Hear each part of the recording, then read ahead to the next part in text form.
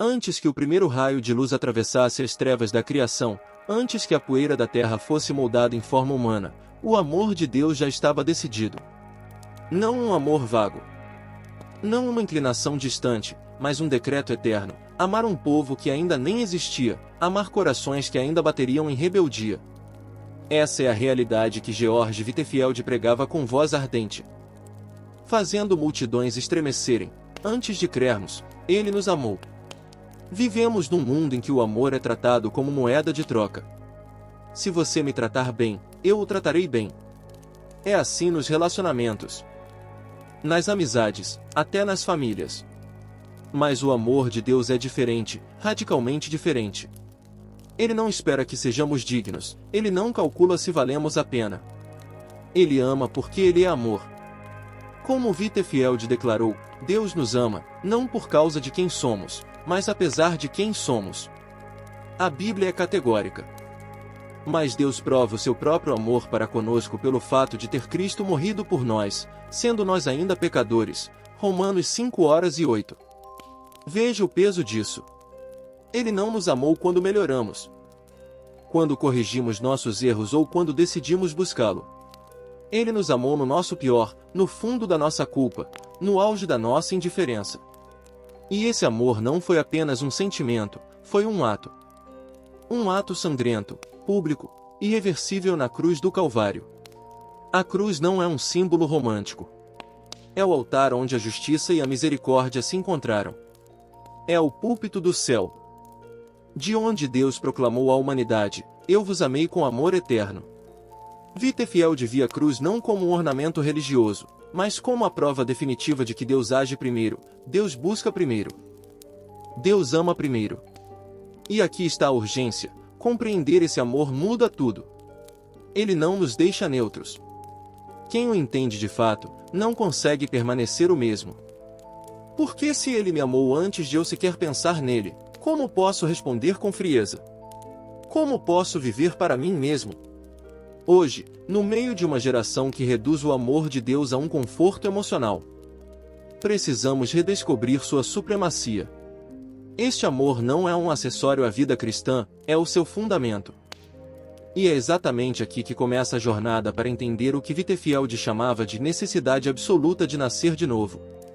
Vivemos em um tempo marcado por paradoxos espirituais.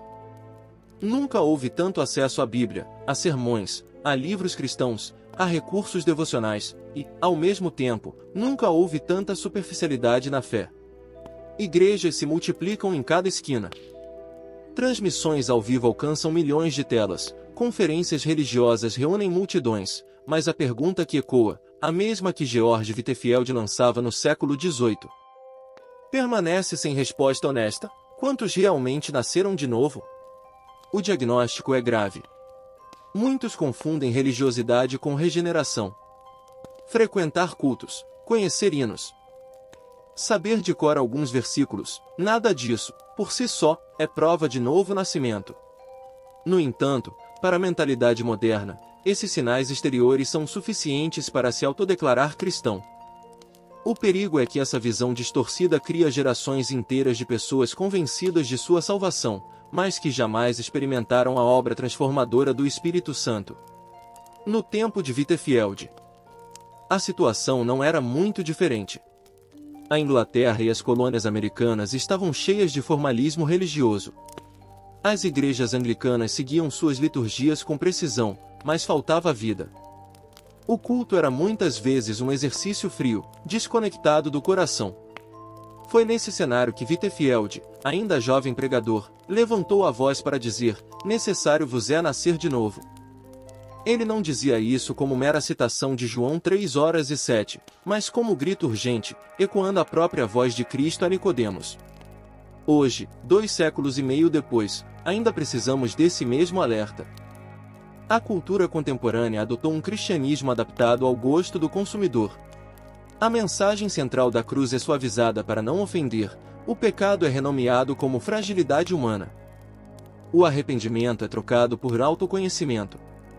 E o novo nascimento, que deveria ser o ponto de partida, é quase um tema esquecido, relegado a um jargão teológico. As consequências dessa omissão são visíveis. Vemos membros de igreja que não demonstram fruto espiritual, líderes religiosos caindo em escândalos morais, comunidades divididas por disputas de poder e vaidade.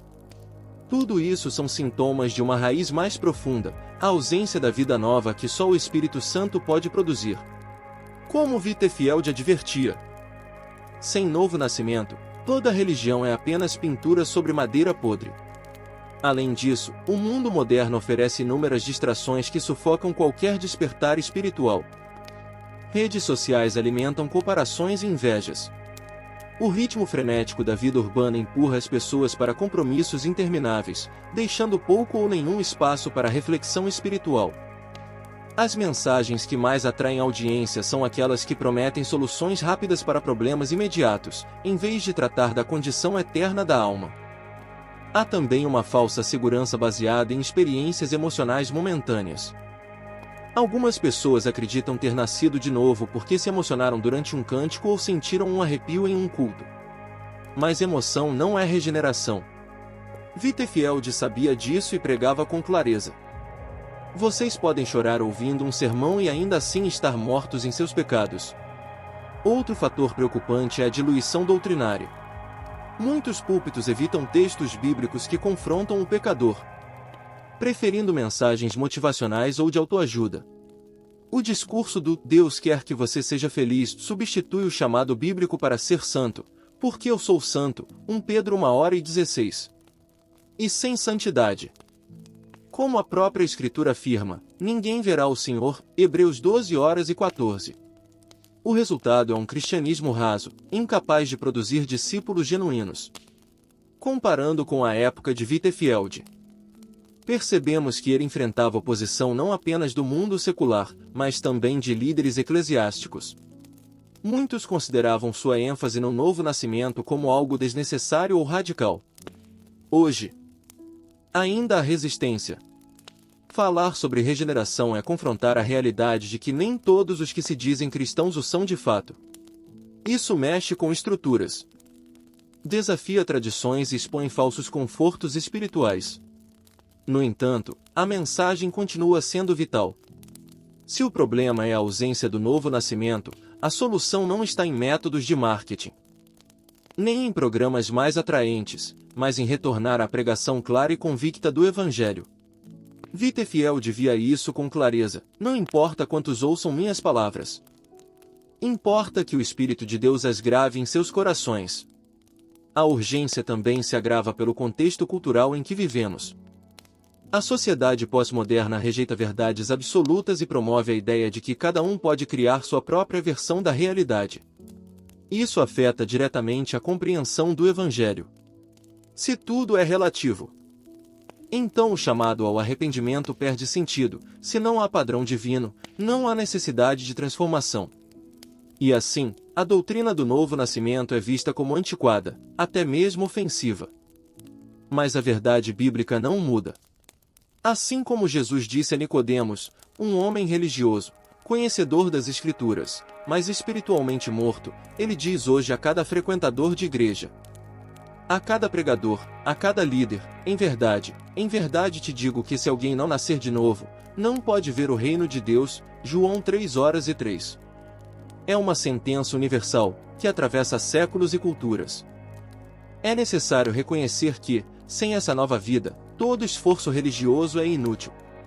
O perigo não está apenas fora das paredes da igreja, ele está dentro.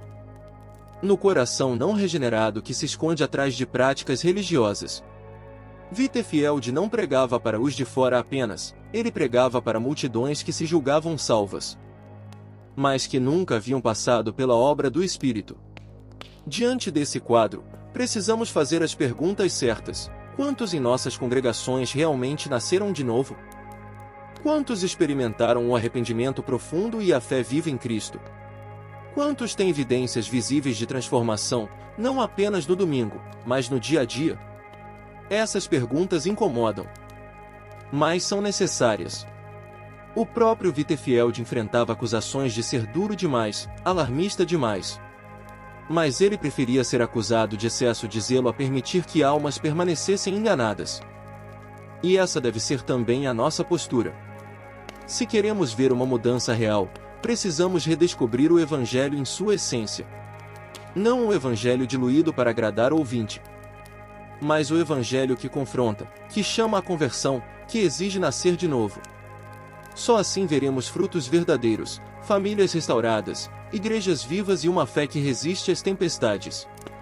Portanto, ao olharmos para a realidade atual, percebemos que a mensagem de antes de crermos, Ele nos amou não é apenas um consolo, é um chamado à ação. Esse amor antecedente de Deus é também um amor transformador, que não nos deixa como estamos. E para experimentar plenamente esse amor, é indispensável passar pelo novo nascimento. É sobre essa base que entraremos agora, examinando o que a Escritura e a pregação de Wittefield revelam sobre essa obra sobrenatural. O coração da mensagem do novo nascimento se encontra no diálogo entre Jesus e Nicodemos, registrado em João 3. Nicodemos não era um homem comum, era fariseu, membro do Sinédrio. Mestre respeitado em Israel. Ele possuía conhecimento das Escrituras, disciplina religiosa e reputação ilibada. No entanto, Jesus, ao encontrá-lo, não o elogiou por seu zelo ou posição. Em vez disso, pronunciou uma declaração que desmontou toda a sua segurança. Em verdade te digo que, se alguém não nascer de novo, não pode ver o reino de Deus. João 3:3. Essa afirmação não foi feita a um pecador notório, mas a um homem exemplar aos olhos da religião. Aqui está a primeira lição. O novo nascimento não é opcional nem restrito a pessoas em situação extrema de pecado visível, é uma necessidade universal. Wittefield, pregando sobre esse texto, dizia: não importa se você é um príncipe ou um mendigo, um moralista ou um profano, sem um novo nascimento, você está igualmente perdido. Nicodemos, confuso, respondeu: como pode um homem nascer? Sendo velho? Pode, porventura, voltar ao ventre materno e nascer segunda vez? João 3:4. Essa pergunta revela a limitação da compreensão humana. Ele tentava interpretar uma verdade espiritual com categorias puramente naturais. Jesus, então, esclareceu: em verdade te digo. Quem não nascer da água e do Espírito não pode entrar no reino de Deus. O que é nascido da carne é carne, e o que é nascido do Espírito é Espírito. João 3:5-6. A expressão nascer da água e do Espírito tem sido interpretada de diferentes formas, mas à luz da Escritura, água aponta para a purificação espiritual prometida em Ezequiel 36:25-27. Onde Deus declara que aspergirá água pura sobre o seu povo, purificando de todas as imundícies, e colocará dentro deles um novo coração e um novo espírito. Wittefield insistia nessa conexão. A carne, isto é, a natureza humana não regenerada, só pode produzir obras e pensamentos conforme sua própria essência caída. Por mais que se esforce, ela não pode gerar vida espiritual. Somente o Espírito Santo pode criar algo novo no coração humano. É por isso que Paulo, em 2 Coríntios 5:17, declara: se alguém está em Cristo, é nova criatura, as coisas antigas já passaram. Eis que tudo se fez novo. Wittefield pregava essa verdade com intensidade.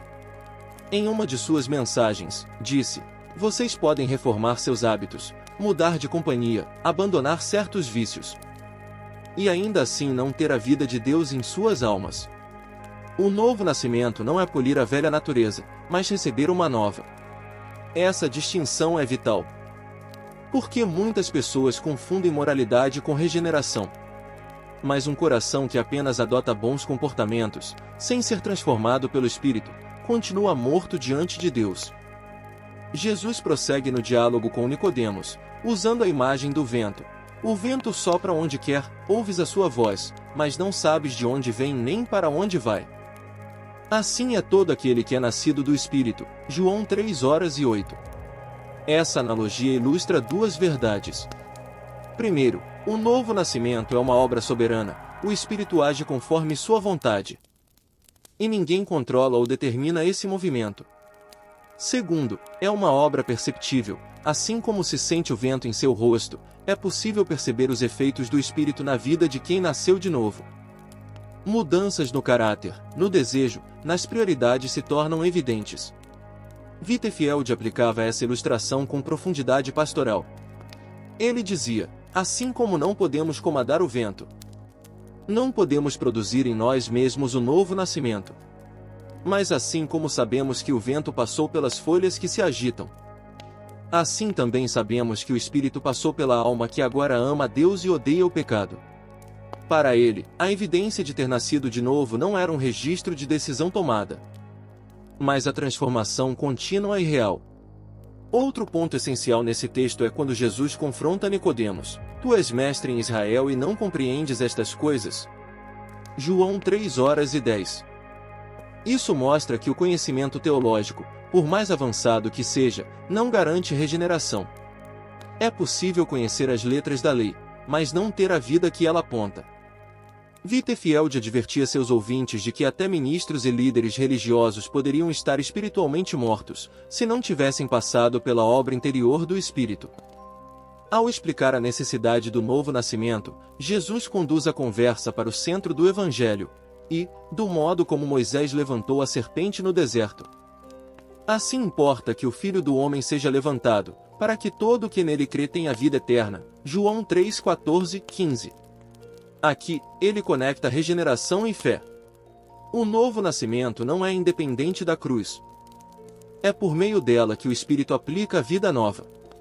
Assim como os israelitas picados por serpentes venenosas eram curados ao olhar para a serpente de bronze erguida por Moisés, Números 21. O pecador é salvo ao olhar para Cristo crucificado, com fé viva. Wittefield via nesse paralelo uma pregação poderosa: aquele que nasceu de novo sabe que foi picado pelo pecado. Reconhece que está condenado, e olha com desespero e esperança para o Cristo erguido no madeiro. E, ao olhar, vive. Essa fé não é mera aceitação intelectual, mas confiança total que leva a uma mudança de vida. É nesse contexto que João 3:16 ganha sua plena força: porque Deus amou o mundo de tal maneira que deu o seu Filho unigênito, para que todo o que nele crê não pereça, mas tenha a vida eterna. Wittefield enfatizava que esse Deus amou está no tempo passado, mostrando que o amor precedeu nossa resposta. Ele ligava isso à mensagem de que antes de crermos, ele nos amou, a base de todo novo nascimento. Do ponto de vista teológico, o novo nascimento é uma monergia, isto é, uma obra realizada unicamente por Deus. Não é fruto de cooperação entre o homem e Deus, é ato soberano dele. Como está escrito em João 1:13, os que nasceram não do sangue, nem da vontade da carne, nem da vontade do homem, mas de Deus. Wittefield pregava contra qualquer noção de que o homem pudesse, por esforço próprio, iniciar essa obra. Ele via isso como parte do orgulho humano, que precisa ser quebrado para que a graça brilhe. Essa compreensão bíblica leva a implicações práticas. Se o novo nascimento é obra de Deus, então nossa responsabilidade é clamar, buscar e responder à sua voz, sabendo que dependemos totalmente de sua ação. Isso destrói o orgulho e gera humildade, gratidão e submissão. Também elimina a falsa segurança em rituais ou tradições, colocando a confiança somente na obra de Cristo aplicada pelo Espírito. Além disso, a fundamentação bíblica deixa claro que o novo nascimento é visível em frutos. Gálatas 5:22-23 descreve o fruto do Espírito como amor, alegria, paz, longanimidade, benignidade, bondade, fidelidade, mansidão, domínio próprio. Esses não são requisitos para nascer de novo, mas evidências de que isso já aconteceu. Wittefield era incisivo: onde não há fruto, não há vida; onde não há vida, não houve novo nascimento. Ao olharmos para João 3 e para a ênfase de Wittefield, vemos que o novo nascimento não é um apêndice do Evangelho, mas seu coração pulsante. É a obra pela qual Deus, em seu amor eterno, nos traz da morte para a vida, para que possamos ver, entrar e herdar o reino dos céus. Sem essa obra, toda a prática religiosa é vão esforço; com ela, até o menor ato de fé é precioso aos olhos de Deus. Assim, a base está lançada. Jesus não apenas ensina sobre o novo nascimento, ele oferece, pelo seu sacrifício e pelo poder do Espírito. Wittefield não pregava para entreter, mas para confrontar e convidar. Sua voz ecoa ainda hoje, chamando cada ouvinte a examinar-se. Você nasceu de novo? Não pergunto se é membro de uma igreja, se participa de cultos, se conhece doutrina. Pergunto: você é nova criatura em Cristo?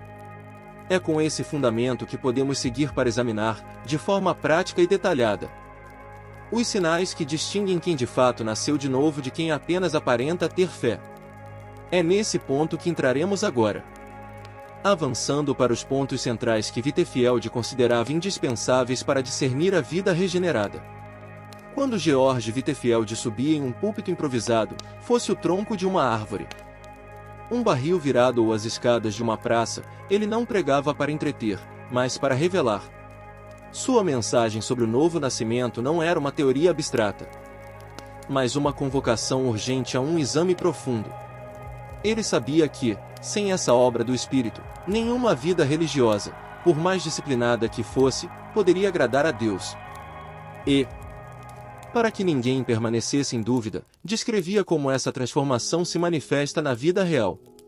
Wittefield não começava apontando o comportamento externo, mas a raiz invisível. Um coração que foi feito novo.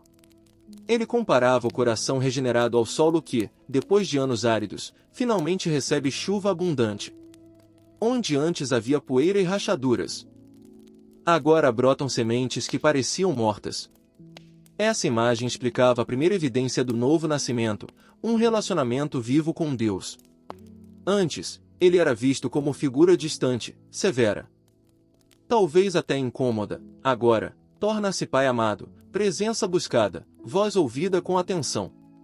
O regenerado não ora apenas quando precisa de algo, ora porque deseja estar com aquele que o amou primeiro. Essa nova vida também traz uma sensibilidade dolorosa e libertadora ao mesmo tempo, a consciência do pecado. Wittefield pregava que o pecado que antes era brinquedo torna-se ferida aberta no coração do regenerado. Não é que ele deixe de pecar completamente, mas já não consegue acomodar-se no erro. A tristeza genuína quando falha, e um desejo sincero de abandonar tudo que desagrada ao Senhor. A batalha contra o pecado deixa de ser uma questão de medo da punição e passa a ser fruto do amor.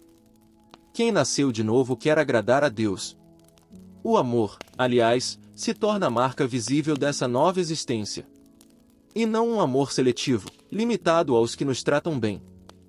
O Espírito implanta no regenerado um amor que ultrapassa barreiras sociais, raciais e culturais. Nos avivamentos que Wittefield viveu, ricos e pobres, doutores e analfabetos sentavam-se lado a lado, partilhando pão e lágrimas. Ele via nisso a prova irrefutável de que Cristo havia feito algo novo. Onde antes havia desprezo, agora honra; onde havia distância, agora abraço. Outro sinal que Wittefield percebia claramente era a fome pela palavra. Ele comparava um novo convertido a um bebê faminto pelo leite materno, incapaz de viver sem ele. Essa fome não era mero interesse intelectual, mas necessidade vital. Pessoas que antes viam a Bíblia como um livro pesado, cheio de páginas inúteis, passavam a considerá-la seu tesouro diário. E essa mudança não vinha de esforço humano, mas do próprio Espírito, que acendia no coração um apetite irresistível pela verdade. O novo nascimento também reorganiza prioridades. Coisas que antes eram centrais, status, riqueza, reconhecimento, perdem o brilho diante da glória de Cristo. Wittefield citava Filipenses 3:8 para mostrar como o regenerado vê todo o ganho terreno como perda por causa da sublimidade do conhecimento de Cristo Jesus. Essa reordenação não significa desprezar as responsabilidades da vida, mas colocá-las em seu devido lugar, sob a autoridade e propósito de Deus. E quando as tempestades vêm, porque elas sempre vêm, a vida regenerada revela sua raiz. Wittefield não prometia aos convertidos uma existência sem dores, mas afirmava que a fé genuína persevera. Nos campos onde pregava, ele via rostos marcados por perdas e lutas, mas também olhos firmes que não abandonavam a esperança. A árvore batida pelo vento forte mostra se está enraizada na rocha, dizia ele. Essa perseverança não era estoicismo humano. mas fruto do Espírito sustentando aquele que nasceu de novo. Com isso, surge outro aspecto: o desejo crescente por santidade. Não uma santidade exibida para aplausos, mas uma busca íntima e constante por refletir o caráter de Cristo. Wittefield advertia que a santidade não é o preço para entrar no céu, mas a evidência de que o céu já começou a habitar no coração. Essa busca molda decisões, influencia amizades e define o que se aceita ou rejeita na vida diária. Essa transformação interior inevitavelmente transborda para o mundo. O regenerado não vive escondendo sua fé como um segredo pessoal, sua vida se torna um testemunho que desperta perguntas e provoca reflexão. Wittefield incentivava os crentes a deixarem a luz brilhar, Mateus 5:16, não com exibição orgulhosa, mas com constância humilde. Parte desse testemunho vem da sensibilidade à voz do Espírito Santo. Quem nasceu de novo aprende a discernir a direção divina, a sentir o peso de suas advertências e o consolo de sua presença. Essa sensibilidade é como uma bússola interna que, mesmo em meio a nevoeiros, aponta para Cristo. Wittefield considerava isso um dos maiores privilégios da vida cristã, ter o próprio Deus habitando e guiando de dentro para fora. Por fim, há os frutos visíveis. Não frutos isolados de uma ocasião especial, mas um padrão contínuo de obras que glorificam a Deus, servir sem buscar reconhecimento, perdoar ofensas profundas, contribuir com generosidade, viver com integridade. Wittefield insistia que a graça que não muda a vida não muda o destino eterno. Essas evidências, quando reunidas, formam um quadro vivo do que significa nascer de novo. Mas Wittefield sabia que nem todos que aparentam ter esses sinais são de fato regenerados. Ele alertava contra ilusões perigosas. A religiosidade herdada, o conhecimento teológico sem vida espiritual, e as experiências emocionais momentâneas que desaparecem quando as dificuldades chegam. Por isso, ao falar dos pontos centrais, Wittefield não oferecia apenas descrições, mas apelos. Ele pedia que cada pessoa se colocasse diante de Deus e perguntasse: Senhor, há vida de verdade em mim ou apenas aparência? Essa pergunta, feita com sinceridade e coragem, pode se tornar o início de uma obra profunda.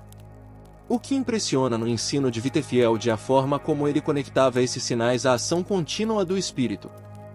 Não se tratava de uma lista de tarefas a cumprir, mas de frutos que surgem naturalmente quando a raiz está plantada em Cristo. Assim como uma árvore saudável produz frutos sem esforço forçado. A alma regenerada manifesta essas marcas porque está ligada à videira verdadeira. E essa ligação muda tudo. Muda a forma de trabalhar, de usar o tempo, de tratar a família, de lidar com dinheiro e bens. Muda até a maneira de enfrentar a morte. Wittefield contou sobre crentes que, às portas da morte, falavam com paz e até alegria, dizendo que iam encontrar o Salvador que os havia amado antes mesmo de nascerem. Para ele, essa era a confirmação final. O novo nascimento não apenas transforma o presente, mas prepara para a eternidade. Aqui, chegamos ao ponto em que os sinais e frutos não são mais teoria, mas história viva. No restante desta sessão, veremos como esses princípios se manifestaram nos avivamentos que Wittefield presenciou, e como continuam a se aplicar a nós, num mundo muito diferente, mas espiritualmente tão necessitado quanto o de sua época. Quando Wittefield falava sobre o novo nascimento nos campos e praças, ele não ficava restrito à teoria. Contava histórias vivas, muitas delas vistas com os próprios olhos, para mostrar que essa transformação não era um ideal distante, mas uma realidade palpável. Ele descrevia rostos, lágrimas e mudanças concretas. E assim o povo entendia que a regeneração era algo que podia ser reconhecido no dia a dia. Lembro-me de um relato que ele repetia, em uma de suas pregações ao ar livre. Um homem conhecido pela cidade como bêbado quanto mais ficou parado à distância, com o olhar desconfiado.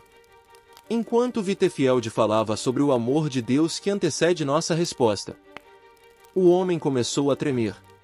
Dias depois, voltou sóbrio, com roupas limpas e semblante diferente.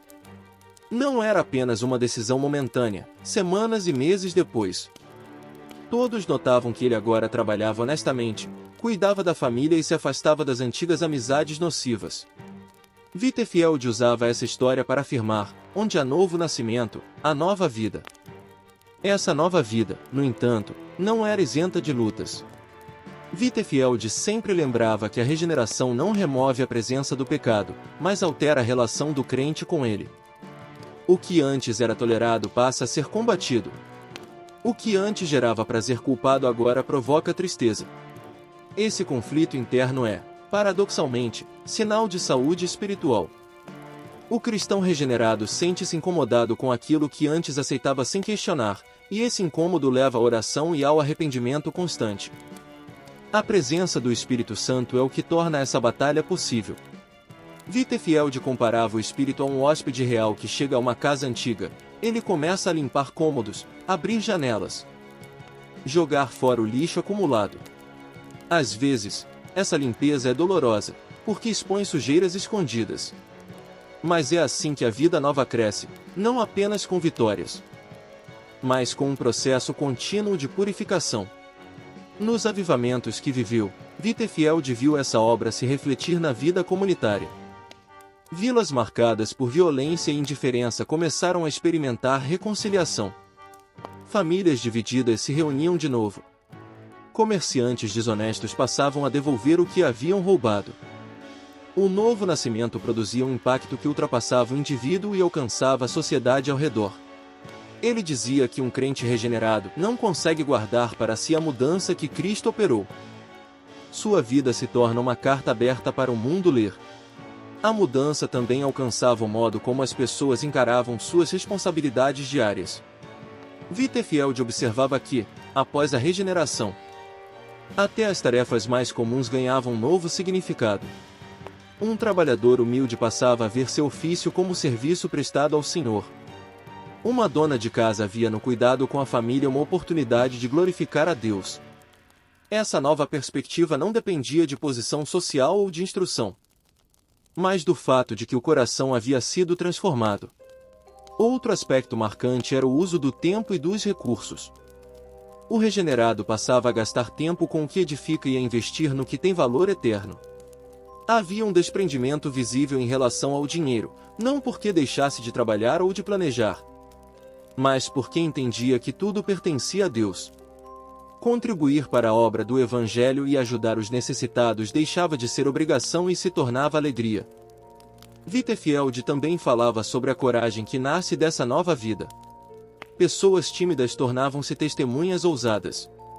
Não porque buscassem destaque, mas porque o amor de Cristo as constrangia. Ele lembrava que o novo nascimento não gera apenas comportamento moralmente correto, mas também zelo missionário. Assim como o Pai me enviou, eu vos envio a vós, João 20. 21, era uma ordem viva para o regenerado. No entanto, Wittenfeld alertava que o zelo precisava andar de mãos dadas com a humildade. O regenerado não se gloria no que é, pois sabe que tudo vem da graça. Ao contrário, reconhece que sem Cristo nada poderia ter sido mudado. Essa humildade era, para ele, uma das marcas mais belas da vida nova. A pessoa deixa de comparar-se aos outros e passa a se medir pela santidade de Deus, o que a mantém dependente e submissa. A perseverança, outro ponto que ele reforçava, mostrava-se com clareza nas provações. Muitos que nasceram de novo enfrentaram rejeição da família, perseguição no trabalho, zombaria de vizinhos. Mas não voltavam atrás.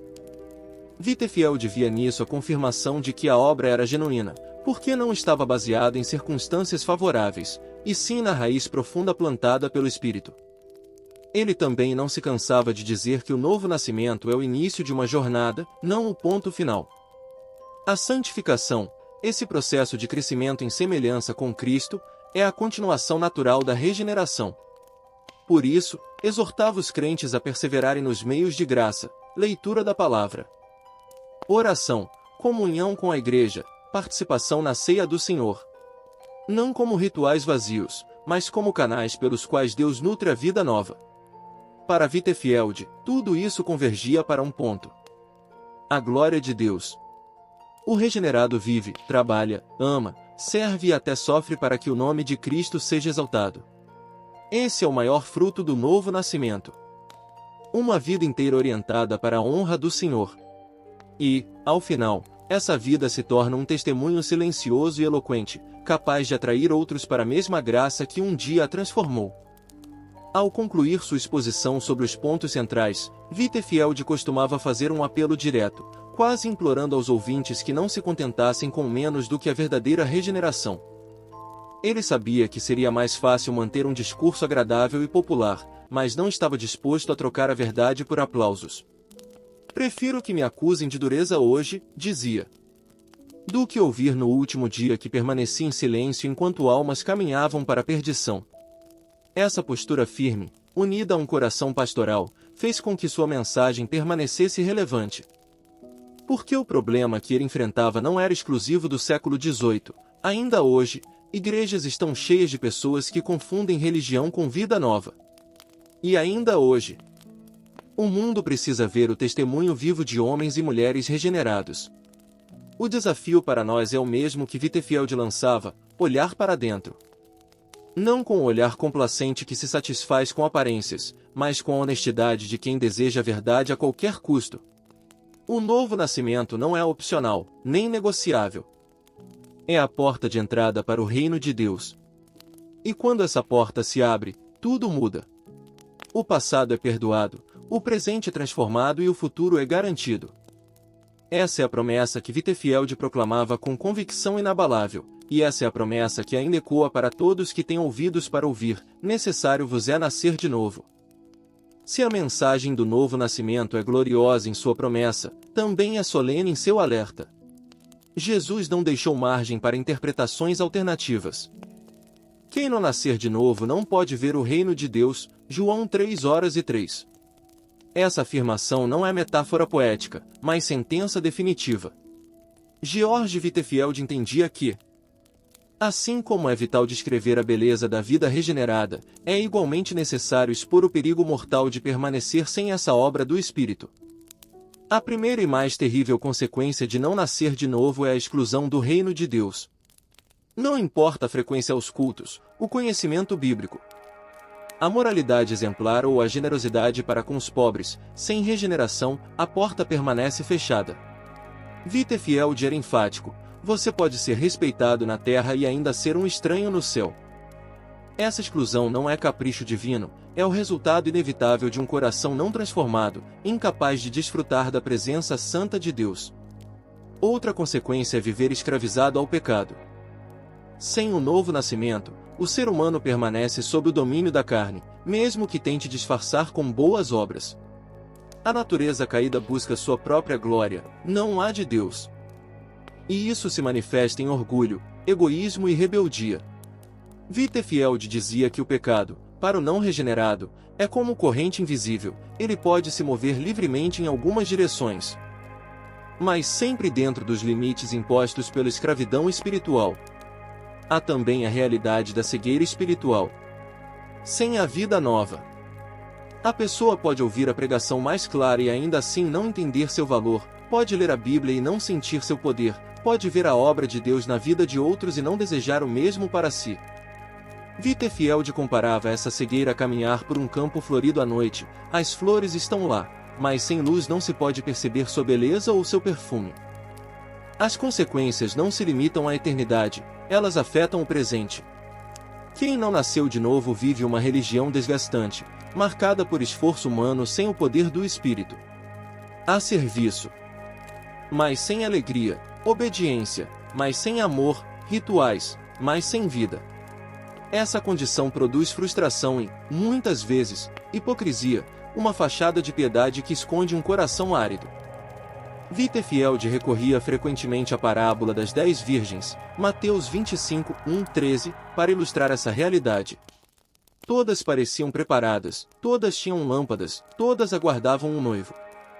Mas metade delas não tinha óleo suficiente, símbolo da vida do Espírito. Quando o noivo chegou, era tarde demais para buscar o que faltava. Assim também, muitos vivem confiando em aparências. Mas no dia final descobrirão que lhes faltava a essência, a vida de Deus em suas almas. A advertência de Wittefield se tornava ainda mais urgente quando ele lembrava a brevidade da vida. O novo nascimento não é algo que se pode adiar indefinidamente, como se houvesse garantia de tempo. Vocês podem estar vivos esta manhã, antes do pôr do sol. Encontrar-se diante do tribunal de Cristo, dizia ele. Essa consciência da urgência fazia parte do seu chamado, não endurecer o coração, não deixar para amanhã o que Deus está chamando para hoje.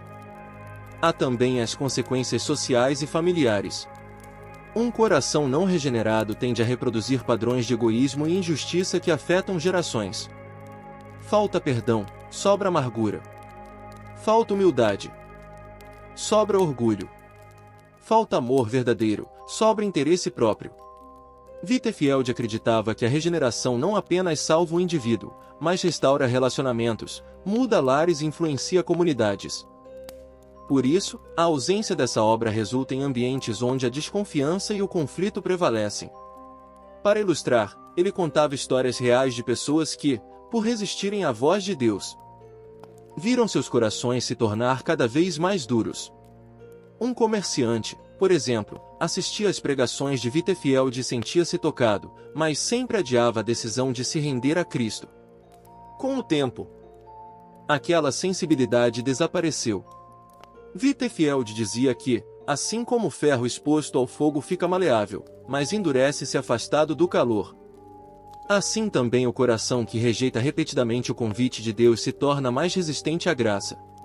No plano eterno, a consequência final e inevitável é a separação de Deus. As Escrituras descrevem isso como morte eterna, perdição, trevas exteriores, não meramente ausência de bem-estar, mas exclusão consciente da presença amorosa do Criador. Wittefield não suavizava essa realidade. Ele pregava sobre o inferno não para manipular pelo medo, mas para mostrar a gravidade de negligenciar tão grande salvação. Se houvesse outro caminho, Cristo não teria descido à cruz.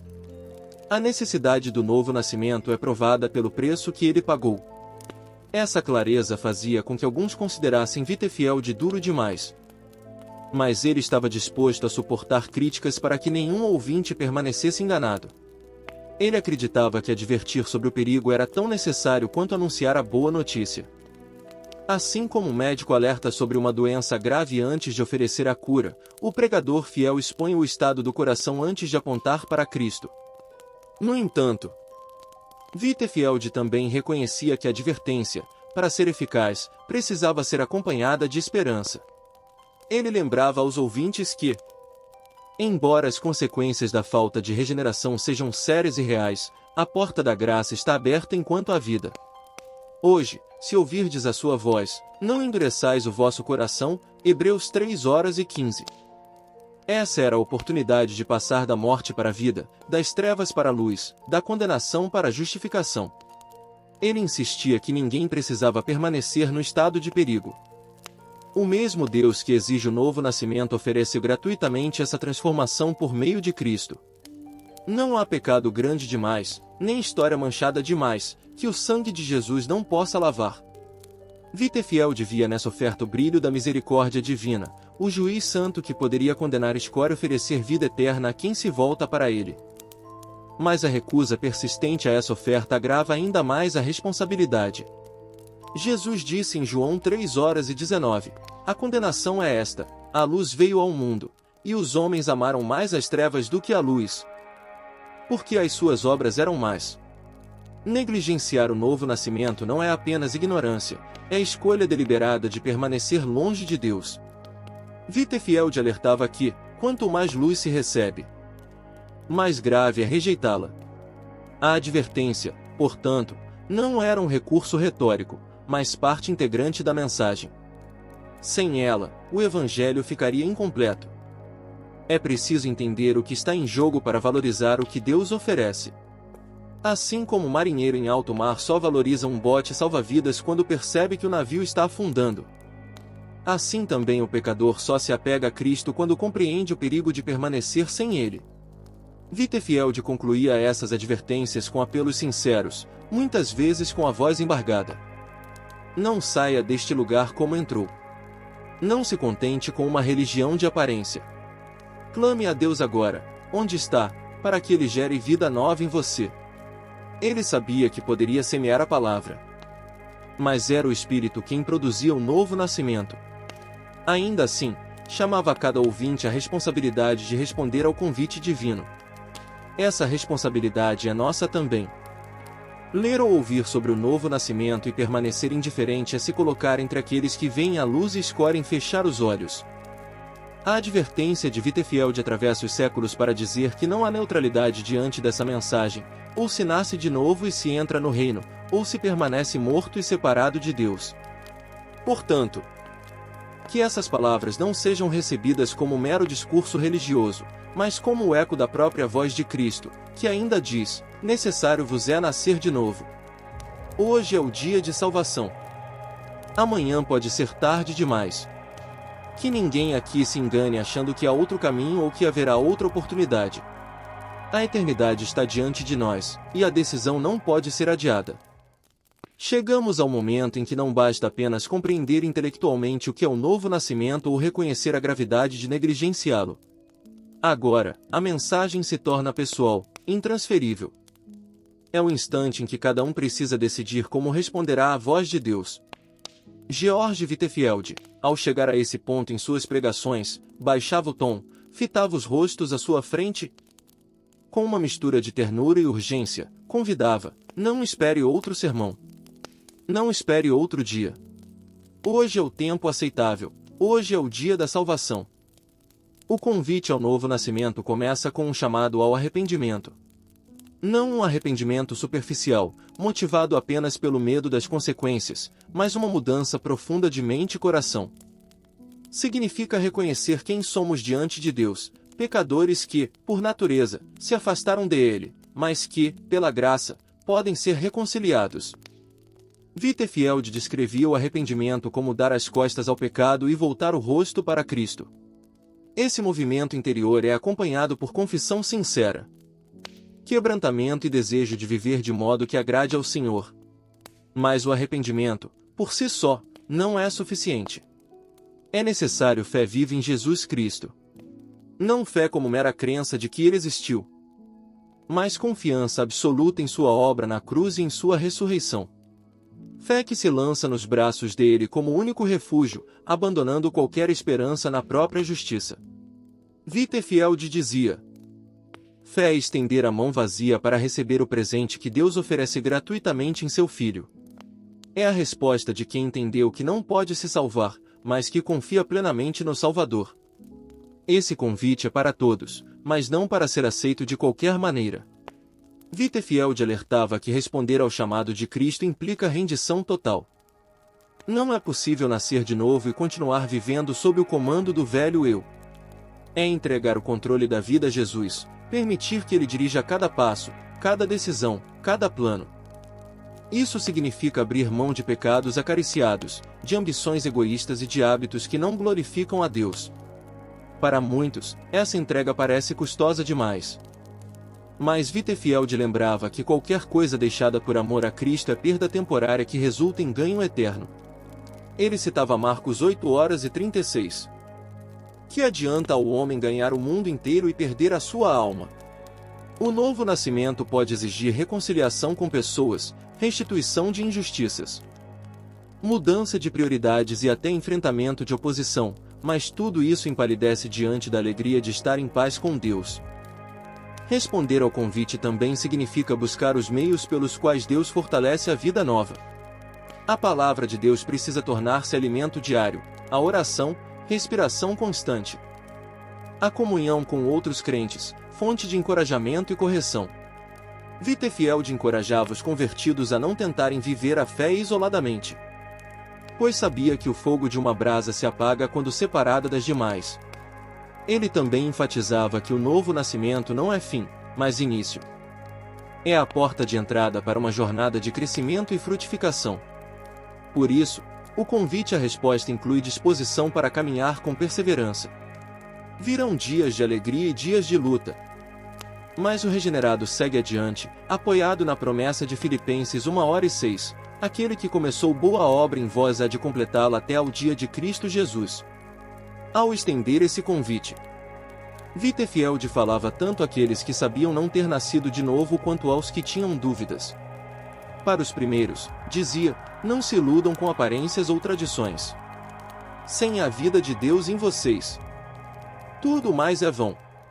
Para os que hesitavam, lembrava que a incerteza sobre a salvação é um peso que Deus não quer que seus filhos carreguem. O Espírito Santo pode dar testemunho ao nosso espírito de que somos filhos de Deus, Romanos 8:16. O convite, portanto, é claro, venha a Cristo como está, sem tentar primeiro limpar-se por conta própria. Wittefield usava a ilustração do filho pródigo, Lucas 15, que voltou ao pai sujo, faminto e arrependido.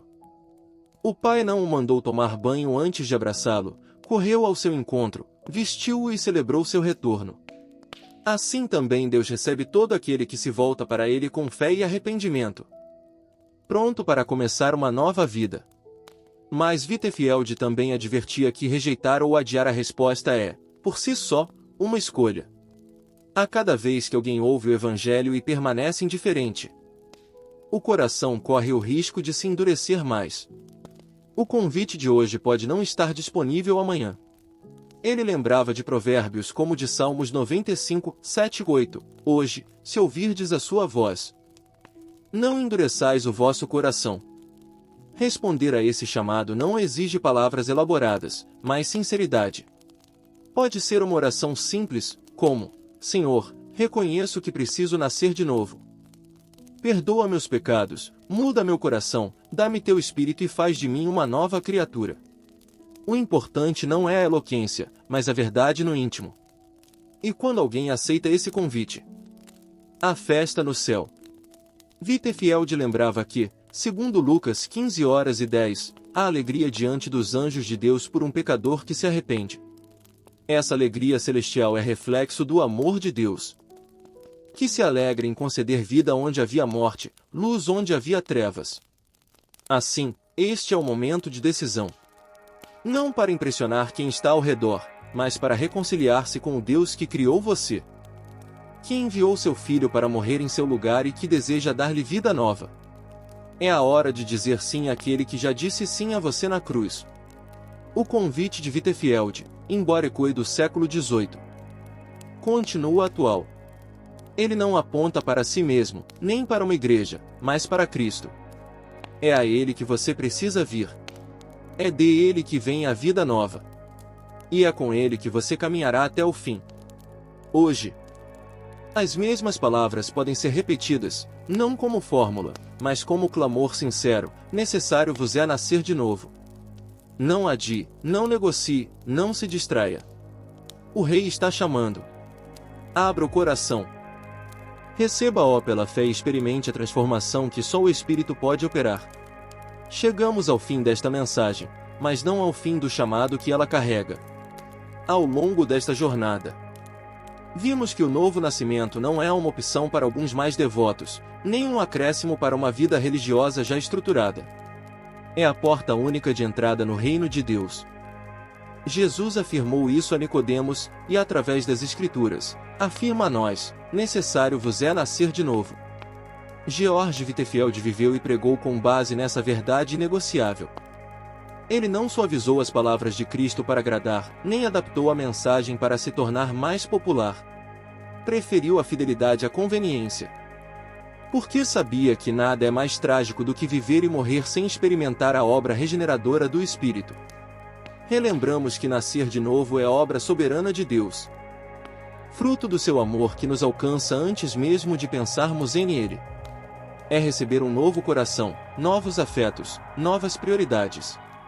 É passar da morte espiritual para a vida, das trevas para a luz. Essa transformação se manifesta em relacionamento vivo com Deus, ódio ao pecado, amor sacrificial, fome pela palavra, perseverança nas provações e frutos que glorificam o Senhor.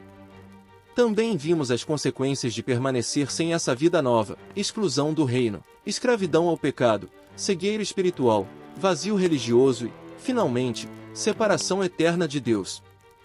Essa advertência não é para gerar desespero, mas para despertar urgência. O convite divino está aberto, mas não indefinidamente. E o que fazer diante disso? A resposta é clara. Arrepender-se e crer no Senhor Jesus Cristo. Render-se totalmente a Ele, não como quem entrega apenas parte do coração, mas como quem reconhece que tudo pertence a Ele. É abrir mão de qualquer confiança na própria justiça e confiar somente na obra da cruz. Não adie essa decisão. O amanhã não nos pertence, e o chamado de Deus é para hoje. Preciso de ti. Muda-me. Dá-me vida nova. Ele não rejeitará o coração quebrantado e contrito. E a você que já nasceu de novo, este é também um chamado. Viva de maneira digna dessa nova vida. Seja luz em meio às trevas.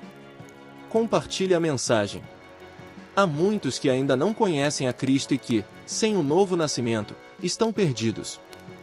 Seja instrumento para que outros conheçam a graça que um dia o alcançou. Por fim, faço eco às palavras de Wittefield: vão para casa. Examinem seus corações e não deem descanso a si mesmos até saberem que são novas criaturas em Cristo. Esta é a decisão mais importante que alguém pode tomar, e é a única que ecoará pela eternidade. Hoje, a porta está aberta. Entre por ela.